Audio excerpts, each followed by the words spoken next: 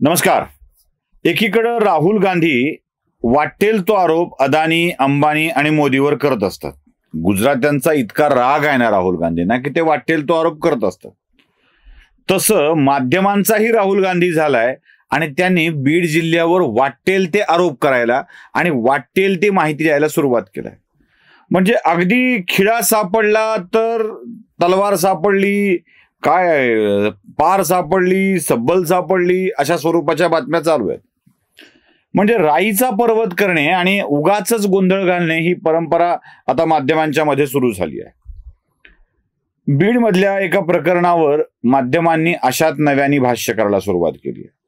म्हणजे एक संतोष देशमुख प्रकरण, तिथल्या 2-4 मारहाणीची प्रकरणं, म्हणजे खरं तर असे खून, अशा मारहाणी, असे बलात्कार, असे दरोडे हे वेगवेगळ्या जिल्ह्यात तेवढ्याच संख्येने घडत असतात.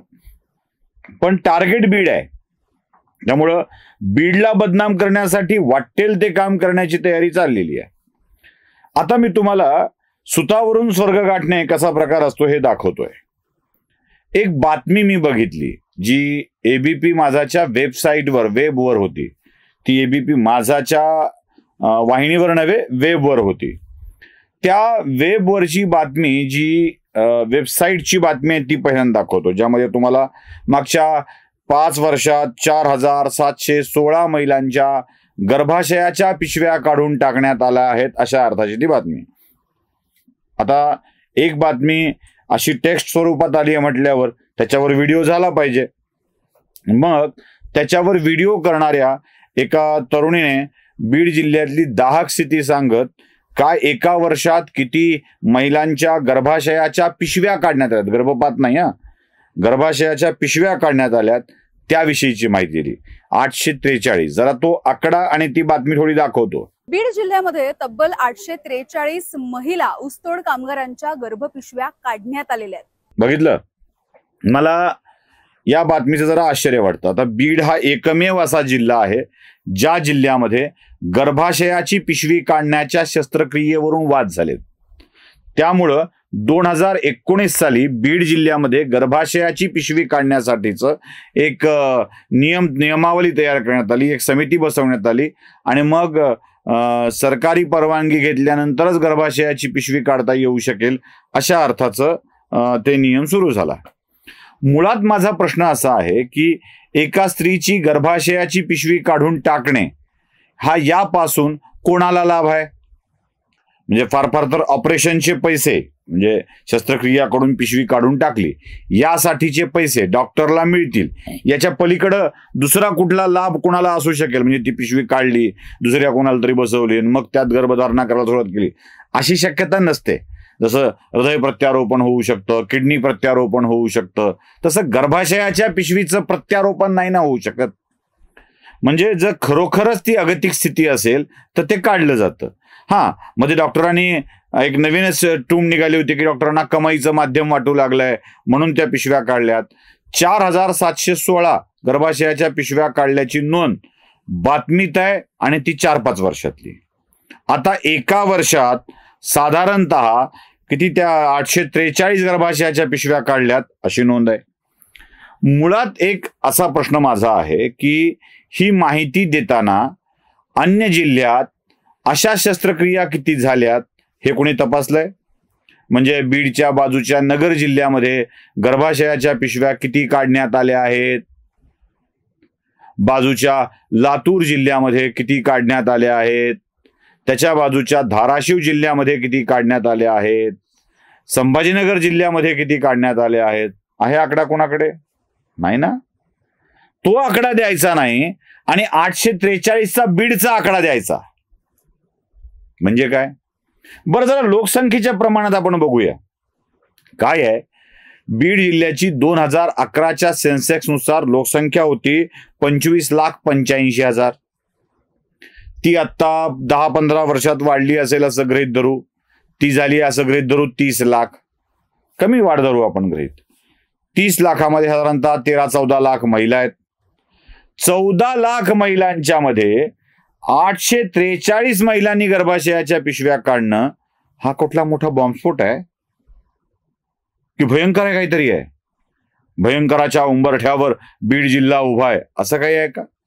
बरं, यातली कमाई कमाई हा पार्ट आपण गृहीत धरला, म्हणजे इतकी कमाई होते हा पार्ट आपण गृहीत धरला, तर साधारणतः 150 डॉक्टर आहेत असं गृहीत धरू, शस्त्रक्रिया करणारे बीड जिल्ह्यामध्ये सगळ्या वेगवेगळ्या तालुक्यात मिळून. 15 डॉक्टर एका तालुक्यात, 10 तालुक्यात, 15 150, कुठे कमी कुठे जास्त. या 150 डॉक्टरांच्या मध्ये या 843 महिला विभागायचं ठरवलं तर काय स्थिती येईल? एका डॉक्टरला किती येतील काय अंदाज? म्हणजे एक डॉक्टर साधारणतः 8 ते 10 महिलांची शस्त्रक्रिया करू शकेल ही स्थिती. बीड जिल्ह्यामध्ये अशी शस्त्रक्रिया करण्यासाठी लागणारा खर्च 25 ते 50 हजार रुपये. ते वेगवेगळ्या पद्धतीने केली जाते, कोणी त्या रेझरने करतं, कोणी थेट करतं. त्या 25 ते 50 हजार रुपये बीड जिल्ह्यातला खर्च आहे. म्हणजे वर्षभरात एका डॉक्टरनी 10 शस्त्रक्रिया केल्या तर फार फार तो डॉक्टर 5 लाख रुपये कमवेल. 5 लाख रुपयाच्या कमाईसाठी शस्त्रक्रिया करायला डॉक्टर का बाया पकडून पकडून आणेल? पण माझा पुढचा प्रश्न आहे, डॉक्टरनी अशा महिलांना धरून आणलंय का? नाही, चलाच संजय गांधींनी जसं ते ह्याचं ऑपरेशन सुरू केलं होतं कुटुंब नियोजनाचं, तसं बाई धरली, आणली, कापली पिशवी, असं केलंय का? बरं, बाई नको म्हणून एकटीच आली आहे का शस्त्रक्रिया करण्यासाठी? नाही, नवरा असेल, बाप असेल, कोणी सासू असेल, सासरा असेल, कोणाच्या तरी मदतीने ती आली आहे. म्हणजे कुटुंबातली परवानगी घेऊन महिला डॉक्टरकडे येते, चर्चा करून येते आणि होत असलेल्या त्रासामुळे ती काढते. बरं, त्रासाचे वेगवेगळे प्रकार आहेत. त्या प्रत्येक स्थितीमध्ये आलेल्या महिलेची गर्भाशयाची पिशवी काढायची असेल तर अर्ज करावा, सरकार त्याची परवानगी देईल आणि मग ते काढावं, असा आकडा आहे. हा 843 आकडा अधिकृतरित्या परवानगी घेऊन गर्भाशयाची पिशवी काढल्याचा आकडा आहे. मग असे आकडे सांगून बीडच्या वैद्यकीय क्षेत्राला बदनाम करा, बीडच्या लोकांना बदनाम करा, हे कुठून चाललंय?